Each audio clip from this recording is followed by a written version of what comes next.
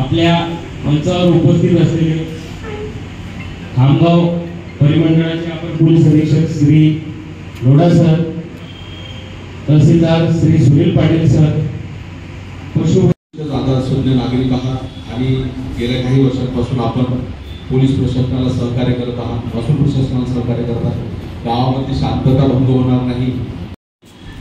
मी सर्वप्रथम मुस्लिम बांधवांना आणि आपल्या भारताच्या सर्व नागरिकांना ईदच्या शुभेच्छा व्यक्त करतो।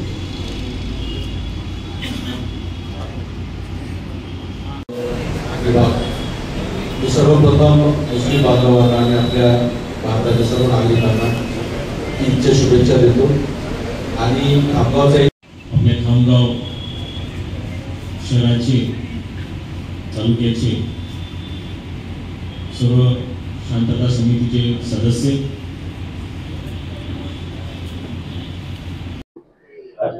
आज शांतता समितीची बैठक जी आयोजित करण्यात आली होती, येणारे जे सण-उत्सव आहेत, मुख्यतः 7 जूनला जी बकरी ईद आहे, या अनुषंगाने आपण शांतता समितीची बैठक घेतलेली आहे।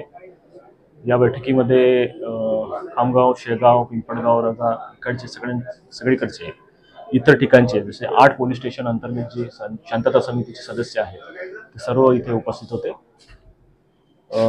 या बैठकीमध्ये पोलीस प्रशासनाकडून सर्वांना आवाहन करण्यात आले होते की कुठल्याही परिस्थितीमध्ये जे प्रचलित कायदे आहेत, मुख्यतः गोवंश प्रतिबंध कायदा जो आहे त्याचे उल्लंघन होणार नाही, कायद्याचे पालन होईल या बाबतीमध्ये सगळ्यांकडून आश्वासन देण्यात आले आहे।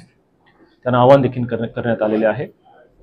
कुठेही अवैधरित्या वाहतूक होणार नाही याची दक्षता आपण घेत आहोत। आम्ही संपूर्ण जिल्ह्यामध्ये चेकपोस्ट नाकाबंदी लावलेली आहे।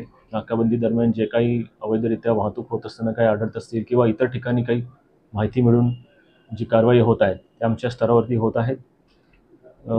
नक्कीच आम्ही पोलीस प्रशासन त्या बाबतीमध्ये तत्पर आहोत, परंतु सामाजिक क्षेत्रामध्ये किंवा आपण दैनंदिन याच्यामध्ये कुठेही शांतता भंग होणार नाही याची सर्वांना काळजी घ्यायची आहे।